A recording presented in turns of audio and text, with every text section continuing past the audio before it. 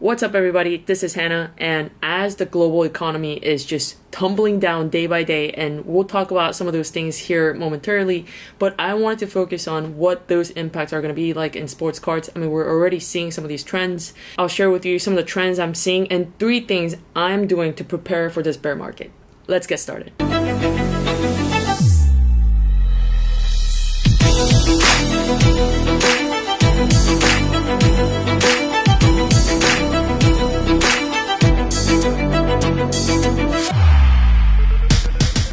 Alright, first, let's talk about the global economy. If you don't live under a rock, you probably have heard or saw somewhere and read an article somewhere that the global economy is in trouble. The blue chip stocks are down 18% this year. S&P 500 is down 23% year to date, and we're seeing all-time high inflation rates and also interest rates hiking up as well. And the bad news doesn't stop there. Bitcoin is down 52% year to date. That's absolutely insane. It's down to near $21,000 per coin, and Ethereum is nearing $1,000 per coin.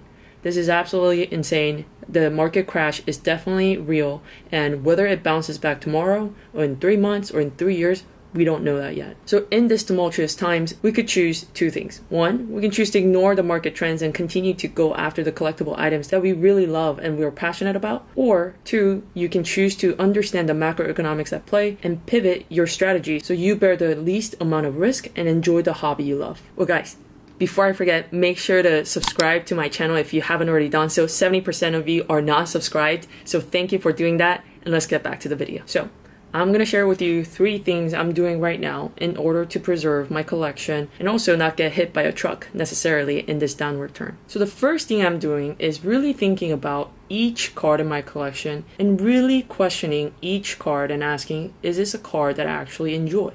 Whatever that means to you, whether it's the rarity aspect, whether there's a sentimental aspect to it because you pulled the card yourself with your father or your family, or it's that it's a card of your favorite player or it was signed in person by you yourself, whatever the case may be, try to find the meaning of each card to you and really trim down and scale back your collection as much as you can so that you prepare for this potential volatility that will come ahead of us. And we don't know yet if it's going to be a very short-term thing or mid, or it's going to be years of this run. So make sure that you're in a right position where you're exposing your entire portfolio into sports cards that you really don't connect with and you don't believe in, but you really assess each card in your collection and draw the line of, I want to keep this long-term here, meaning more than a year, or there are cards that you are open to letting go from your collection. And the second thing that I'm doing is, of those cards that I am open to letting go because I don't want to keep these cards for more than a year, or because I had them simply in my collection, I forgot about it, or I don't really relate to some of these cards, what I'm doing with these cards are rotating them.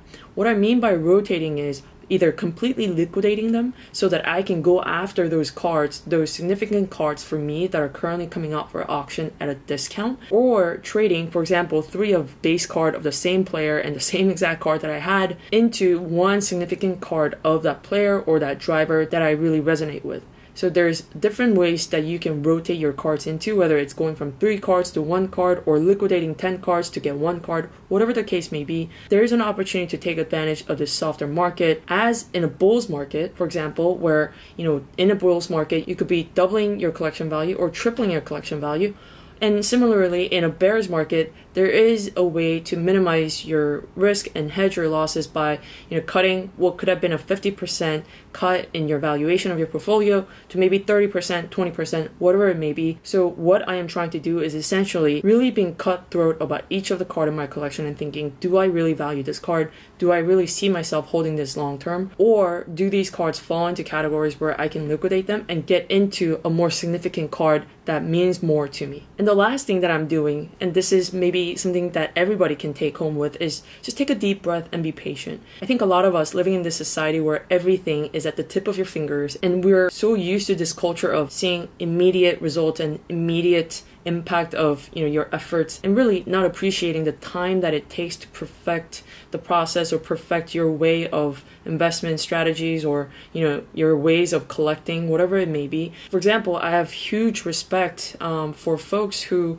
collecting style involve building out an entire set checklist. So what that means is you're really going after the entire set of a checklist that was released from a specific manufacturer, specific year. And that could take a couple months for some lucky people. It could take years. But the point is, it takes time. And once you build that out, you feel incredible sort of accomplishment out of that. And it makes you fall in love even more with these cardboards that give us so much joy, right? So the third most important out of all these points that I'm doing is just being patient, having a longer time dimension perspective onto this, not looking for a quick flip, easy money, easy go. Is that a saying? I don't know. I think that's definitely prevalent, and nothing against you guys who made a ton of money overnight. I mean, very happy for you. I think you are definitely a lucky case. I quite don't believe in that. And so even in this bearish market, what could potentially be a recession, whether it takes a year for us to recover as a global economy, or 3 years or 10 years, who knows, it may be, there's always going to be opportunities to mitigate loss and make profits. These are really the times where you can, in my opinion, grow as a person, as a professional, as a collector, to try out different things, to be creative, and to really test your guts. If you liked today's video, make sure to smash that like button, and I'll see you guys in the next video. Bye. That was awesome.